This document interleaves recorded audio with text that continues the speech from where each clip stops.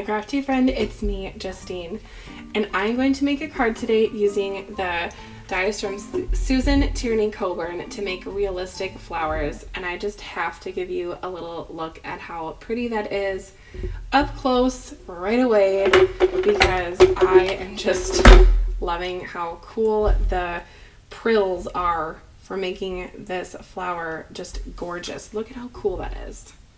It looks so real. So I'm going to make that for you on camera. I already have 4 prepped, but I need to make 1 more to complete the look that I'm going for. So let's just dive right in.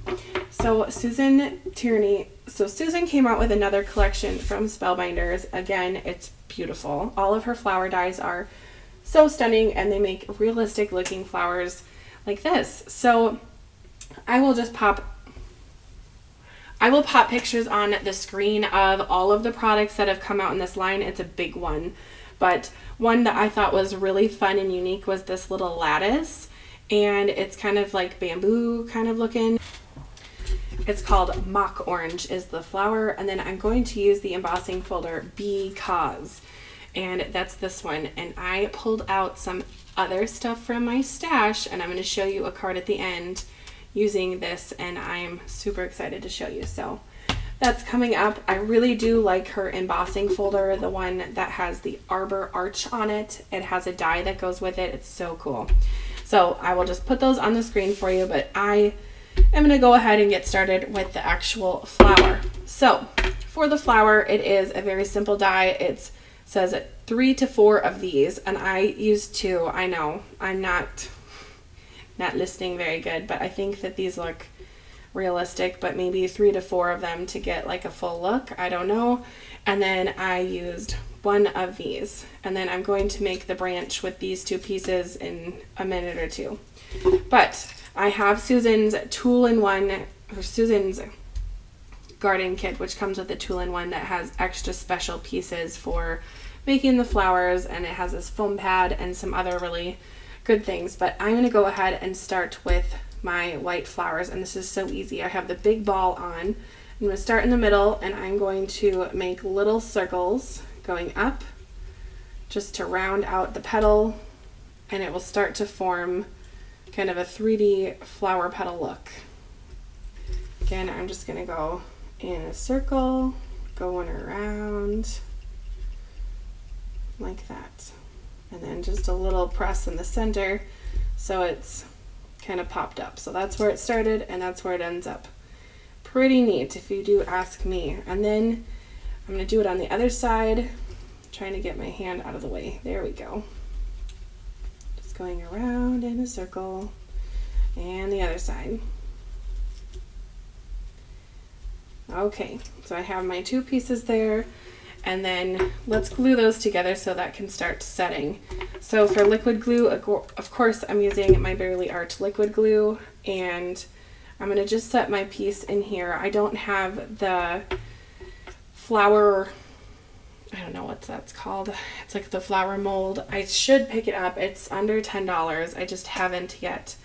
But I'm going to use, or at least try to use, this little tape, maybe, and see if that works. I'm going to put glue in the center and then put this on top. And reverse tweezers come in her toolkit, so that's always helpful for flowers. You know, we're just gonna use the glass mat.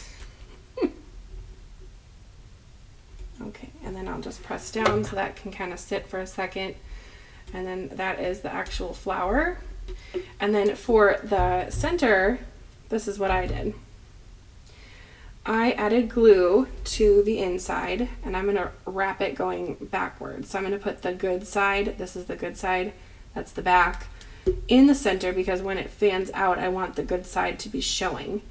So I really hope that makes sense. But I'm going to take my reverse tweezers, like so, and I'm going to wrap this around the nose of my tweezers, like this. Now this is just what I do. I'm sure there are videos out there of people doing it like the official way or whatever, but that's just what I found helpful. So that gives me the centerpiece, and then I'm going to take my tweezers and just pinch down the end so it has a chance to kind of get the glue going. And I'm going to use this odd spoony shaped piece and kind of separate out the flower center here, like so. And the fingers also help, just to get enough to get it to look a little alive. Then here comes the fun part. I'm going to put glue on the tips, both sides of the tips, and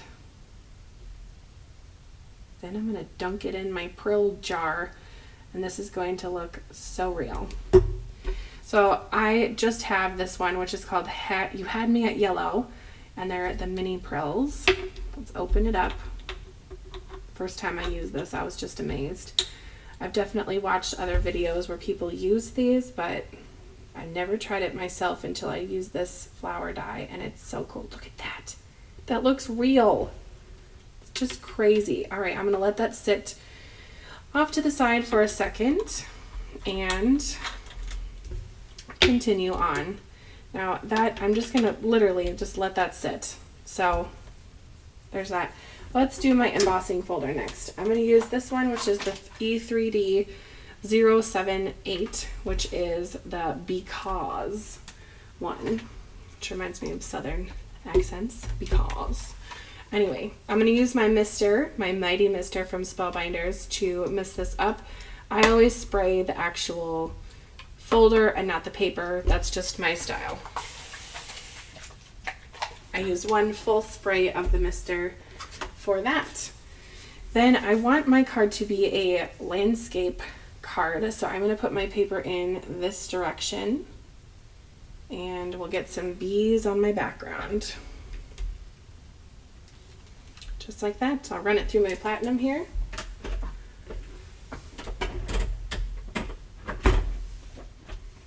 And then I'm going to trim this down to be just a little bit smaller, about 1/4 of an inch off of all the sides, just because I want to layer this onto another color for my background. And I went kind of dark with the color choices on this one because I wanted to have my hummingbird pop. And I think I'll have 2 matting colors there. So we'll go down to 5 by 3 3/4 for my embossing folder here. My embossed paper. And then I'm going to mat it on some more colors. Maybe at the end we'll do that. You know, I better do that now since we're going to have some 3D elements. So it's one of those mornings, you know. Okay. I think I'll go white for my next layer, and then I'm going to go with a kind of brighter yellow on the back, just to really give it a nod to the center of the flowers, those prills. And I have this little hummingbird. I know she was kind of hiding around, but look how pretty that is. That was my hummingbird I used from the Better Press.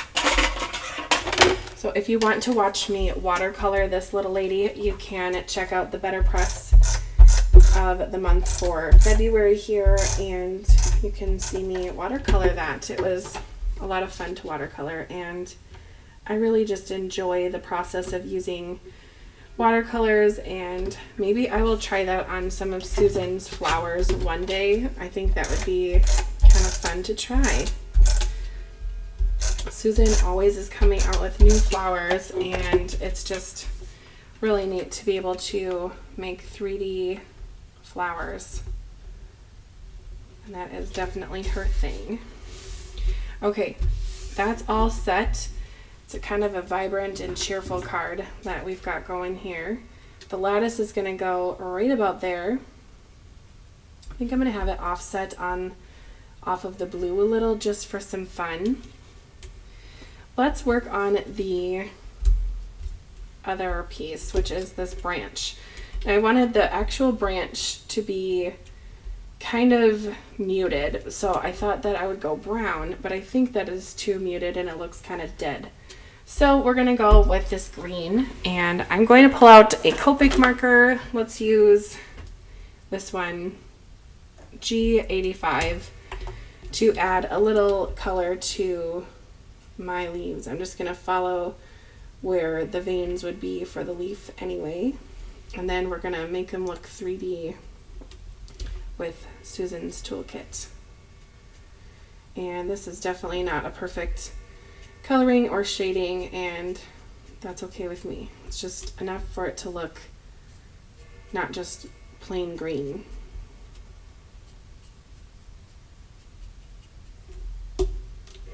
There.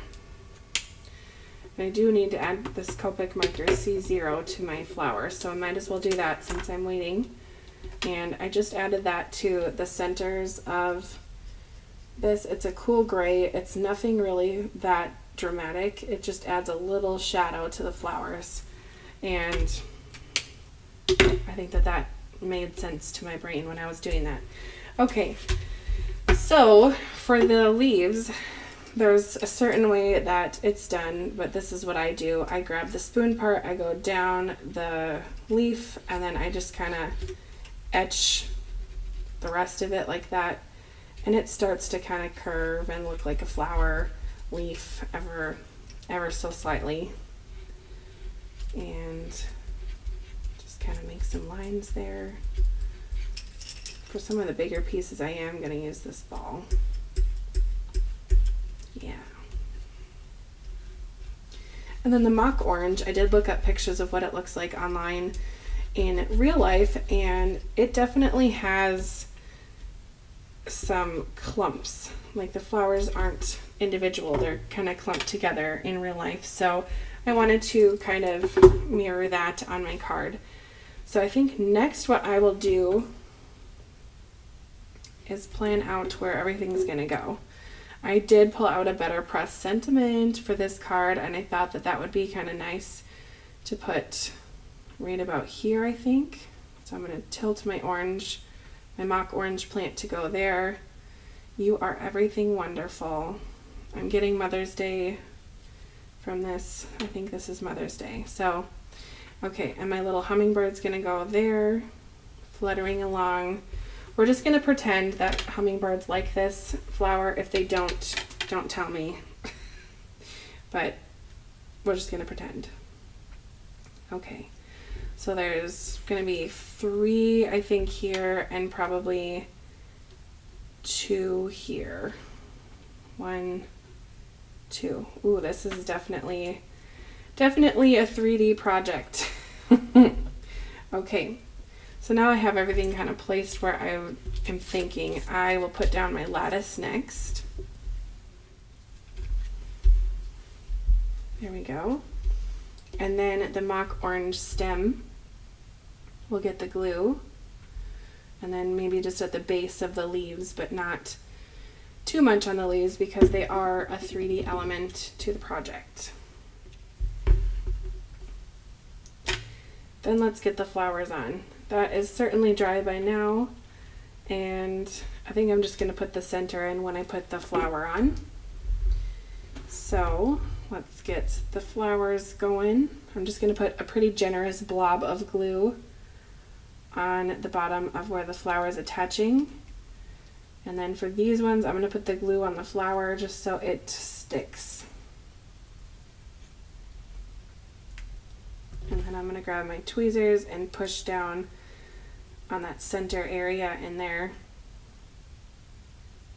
so it really will stay.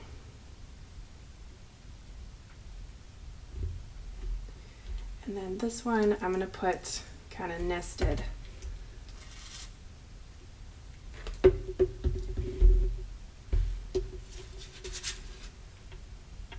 want to put it kind of in there, but I don't know if it will work.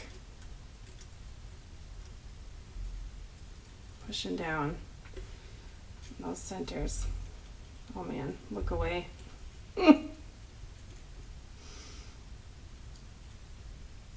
Alright, I'm going to trust that the glue will hold it down eventually. And then I'll put on the next flower.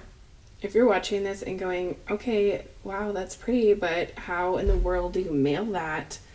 You need special boxes, and Spellbinders does sell them. They're clear boxes on the top, and then they're kind of like a craft brown, and you can mail that or hand deliver it to someone.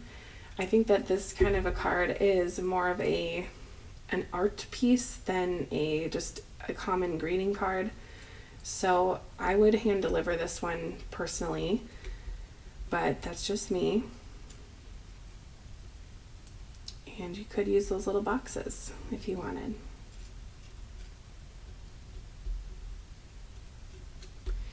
Be ashamed to shove this one in an envelope. I would not. And I'm going to let the glue for that get tacky before I put my sentiment on, just because I found that that has worked well in the past. And then I'm going to pop up my hummingbird with some foam squares. Let's see, these are the small foam for the small little birdie.